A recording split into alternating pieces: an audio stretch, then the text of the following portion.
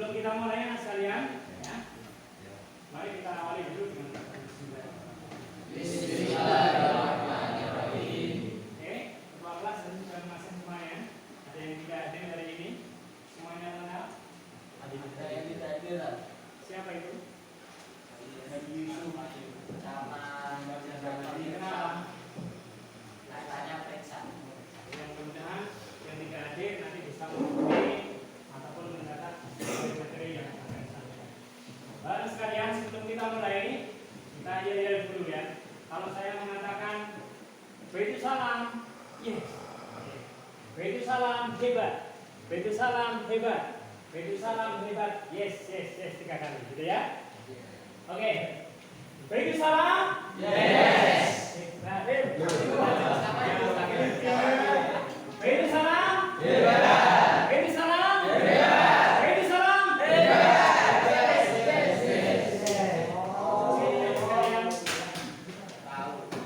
Pada siang hari ini atau pada pertemuan terakhir untuk mempelajari kita tentang insya Allah kita bahas ya. Silakan next. Ya, coba kita amati gambar di sini ya. Ini ada seorang ulama yang sangat karismatik. Ada yang tahu aslinya? Ada yang tahu? Iya, beliau adalah salah satu pendiri ya umat Islam yang ada di Indonesia. Beliau sangat karismatik sekali, ya. Beliau sangat hebat sekali sehingga semua orang ya mengagumi, kemudian semua orang berempati seluruhnya karena jasa-jasanya dari ilmu. Ya.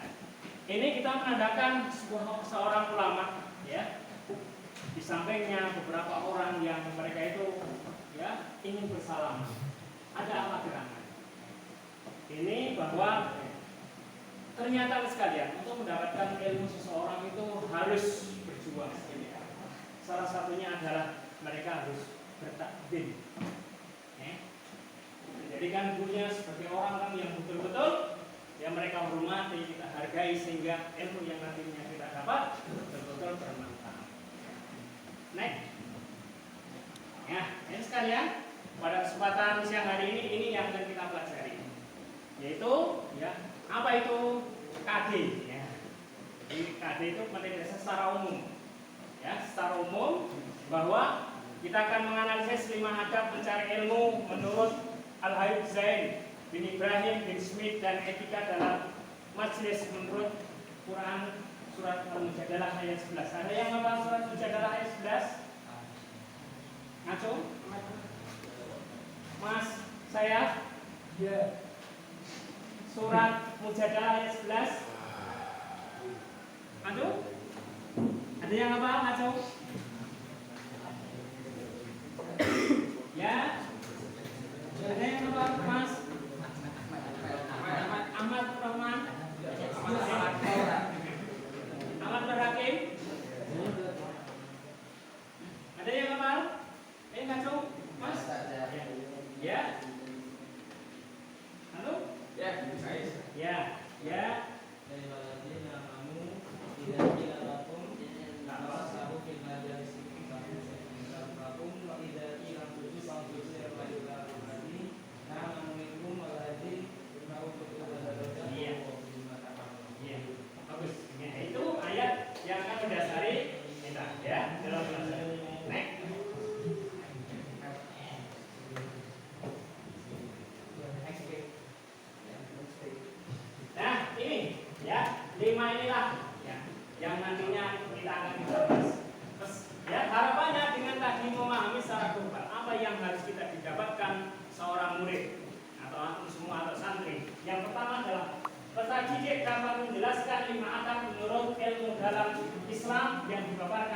Habib Zain bin Ibrahim bin Smith. Soal nanti kita bahas.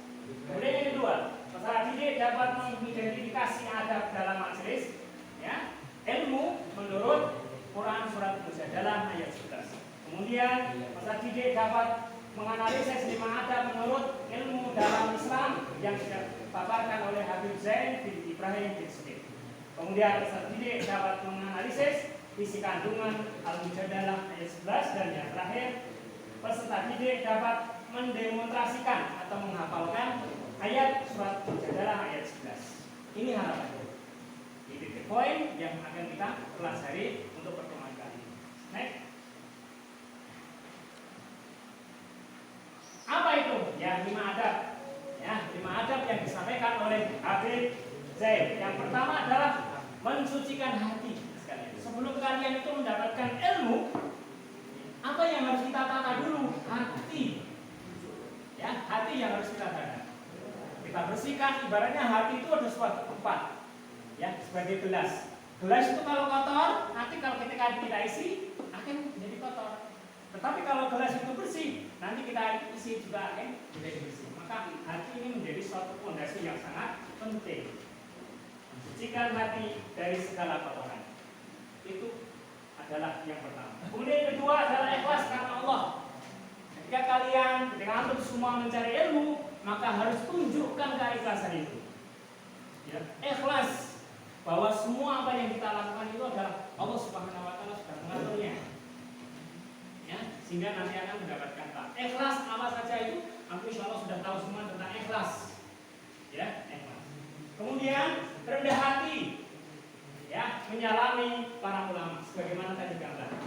Orang yang berilmu itu ibaratnya adalah, kalau aku membaca beberapa artikel seperti apa? Seperti padi.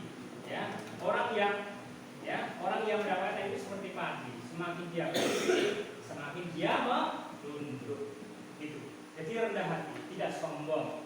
Ya, sombong. Bahkan juga dia senantiasa dengan ulama itu, dengan orang-orang yang memberikan ilmu itu, senantiasa mereka salut, menyalami. Bahkan dalam satu model dikatakan wasuhbatul ustaz, bergaul dengan ustaz, senang dengan ustaz, senang dengan guru. Kalau kamu ingin mendapatkan ilmu, jangan sampai ada dalam hati kalian itu rasa benci.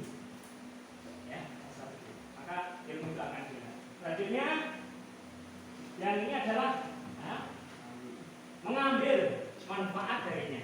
Ya, mengambil manfaat dari orang-orang yang berilmu. Insyaallah lagi. Dan yang terakhir adalah sederhana makan dan minum.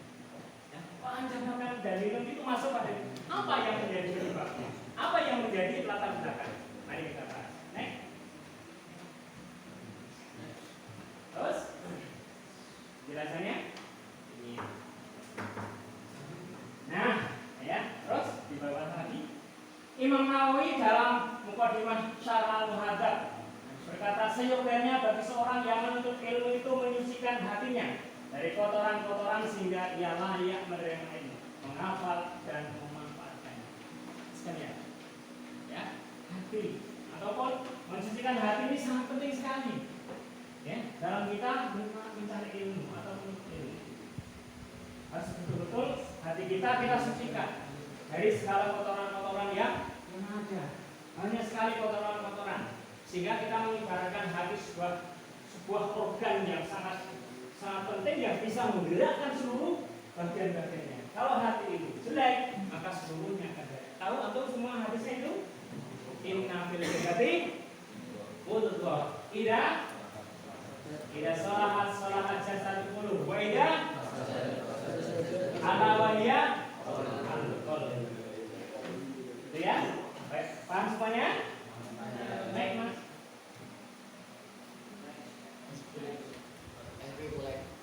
Nah ini Abdullah bin Alwi Al-Haddad memberikan perumpamaan yang sungguh indah tentang hati yang kotor.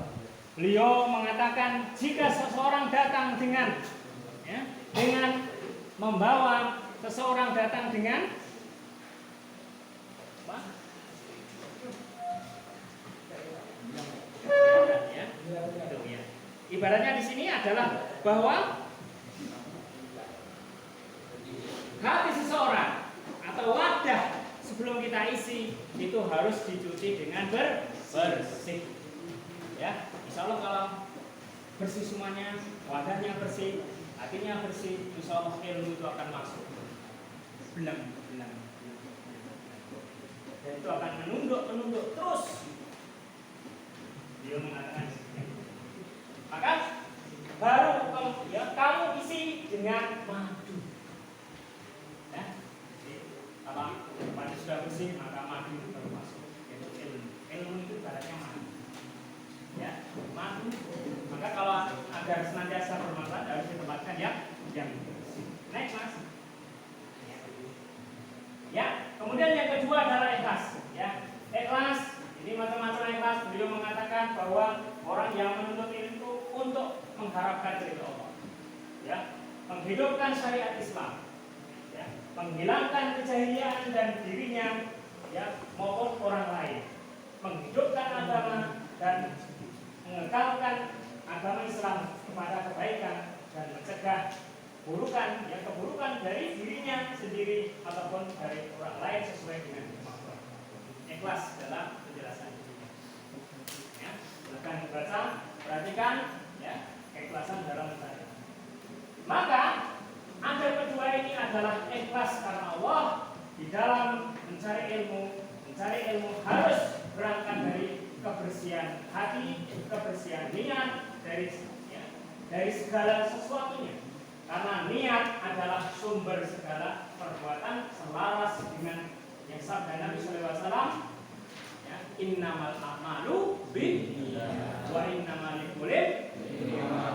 Segala sesuatu dengan niat. Niat ini menjadi sesuatu yang sangat urgent sekali. Ya. Bahkan beberapa ulama membahas tentang niat itu, masya Allah, banyak sekali berlembar-lembar. Ya, niat. Dan niat ini menjadi tolak ukur pertama kali hadis Rasulullah di Nawawi. Itu dibahas tentang niat. Ya, karena nanti kalau salah niat, nanti juga akan endingnya juga akan salah. Karena kalau niatnya benar, maka semuanya endingnya akhirnya itu akan menjadi benar. Nah, ya, ada yang ketiga adalah rendah hati dan melayani ulama. Ada yang ketiga ini harus ada pada diri penuntut ilmu, adalah bersikap rendah hati dan melayani para ulama. Suatu hari Abdullah bin Abbas membawa tali kuda. Jadi ada seorang sahabat itu membawa tali kuda gurunya dibawa. Kemudian tidak, kenapa kamu sedihkan? Saya senang. Jadi kalau ada ustadznya, ada gurunya itu membawa sesuatu, jarunya antum itu langsung apa? Kan saya yang bawakan, bukan dibiarkan, bukan dilihat. Kalau kamu ingin mendapatkan berkah darinya, begitu sekalian. Ya, itu gitu. Ini para sahabat sekarang mencontohkan sahabat, bukan ini. Jadi jangan dilihat saja. Ustadznya membawa berat ini, dia melihat saja tanpa dibantu. Ada ustadznya nyapu, ya halaman atau kelas, dilihat saja. Saya antum segera, kan saya saja. Insya Allah kamu akan mendapatkan berkah dari itu. Nah itu.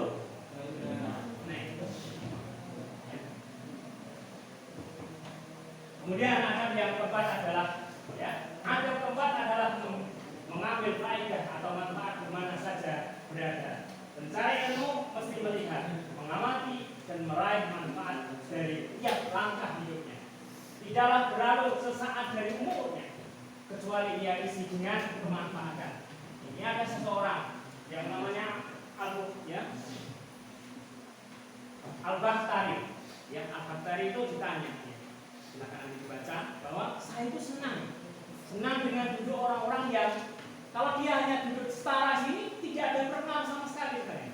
Jadi kalau antum duduk dengan teman-teman ini tidak ada efek. Bagaimana caranya? Kita duduk kepada orang yang lebih levelnya lebih tinggi. Kenapa? Kita akan mengambil manfaat dari ilmunya, pengalamannya dan sebagainya. Jadi, kalau hanya setara, nggak ada perkembangan. Maka tapi kalau duduk dengan orang yang lebih tinggi, maka kamu akan mengambil sesuatu darinya, ilmunya, pengalamannya dan sebagainya. Maka itu dilakukan. Kalau ingin menambah ilmunya, kalau nggak ingin nambah ya sudah, level saja. Apa yang terjadi? Ya itu aja. Tapi kalau antum duduk dengan orang-orang yang selevel atau lebih tinggi, maka kamu akan mengambil manfaat darinya dan kamu akan mendapatkan pengalaman yang luar biasa darinya. Saya belum? Baik.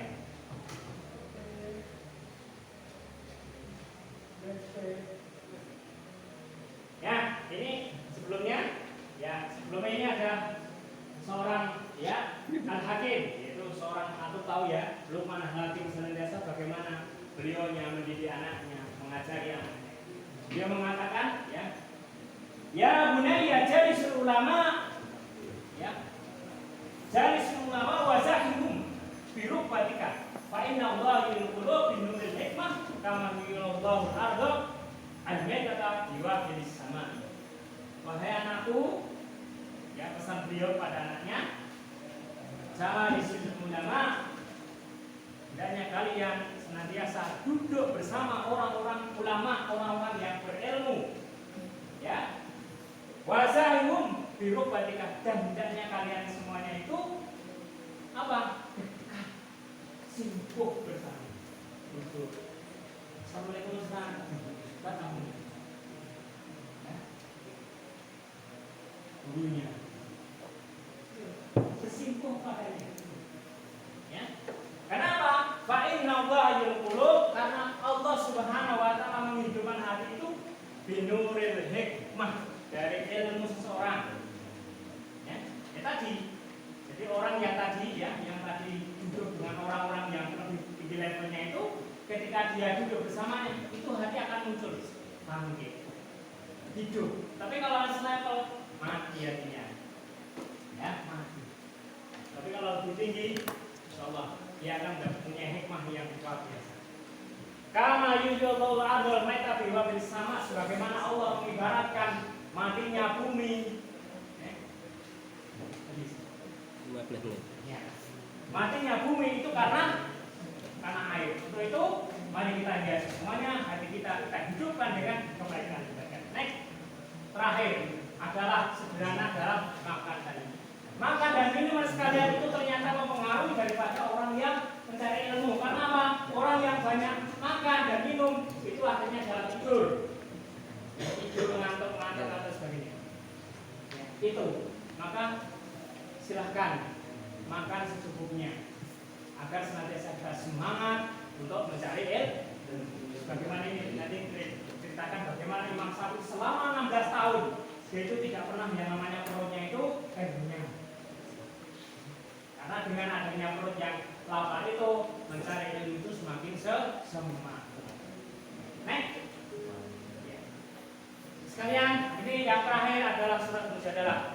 Yang tadi etikanya yaitu meluaskan yang melakukan majelis ketika kita bermajelis. Kemudian apabila disuruh berdiri, berdirilah. Akan diangkat derajatnya oleh Allah kepada orang-orang yang berilmu.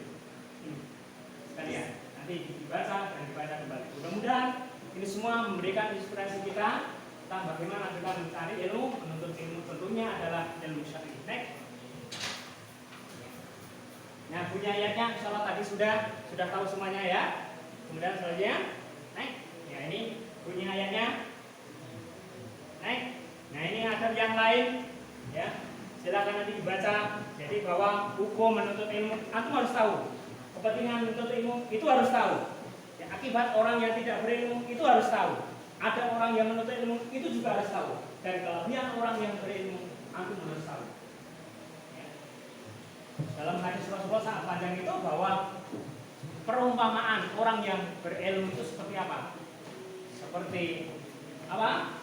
Bulan ya, yang telah memberikan keterangan kepada orang. Nah, terakhir sebagai motivasi kita dalam belajar adalah ini. Ilmu ada 3 tahapan. Pertama, jika seseorang memasuki tahapan pertama, dia akan sombong. Jika dia memasuki tahapan kedua, maka dia akan rendah hati. Jika dia memasuki tahapan ketiga, maka dia akan merasa bahwa dirinya tidak ada apa-apanya di hadapan orang. Ya, jadi orang yang semakin berilmu itu, aku nggak punya ilmu apa-apa. Seperti dia merendahkan diri. Kalau orang tadi itu, saya tidak punya apa-apa, yang punya seperti itu. Tetapi ketika dia keluarkan semuanya, Masya Allah, luar biasa, langit, bumi, kemudian adalah ilmu yang luar biasa seperti lautan. Nah, sekalian, mudah-mudahan ya apa yang saya sampaikan saya pada pertemuan pertama pada bab tentang adab mencari ilmu, mudah-mudahan Allah Subhanahu wa taala memberikan kita kemudahan ya, dengan hati yang ikhlas kita dimudahkan mencari ilmu Allah Subhanahu wa taala. Assalamualaikum warahmatullahi wabarakatuh. Waalaikumsalam.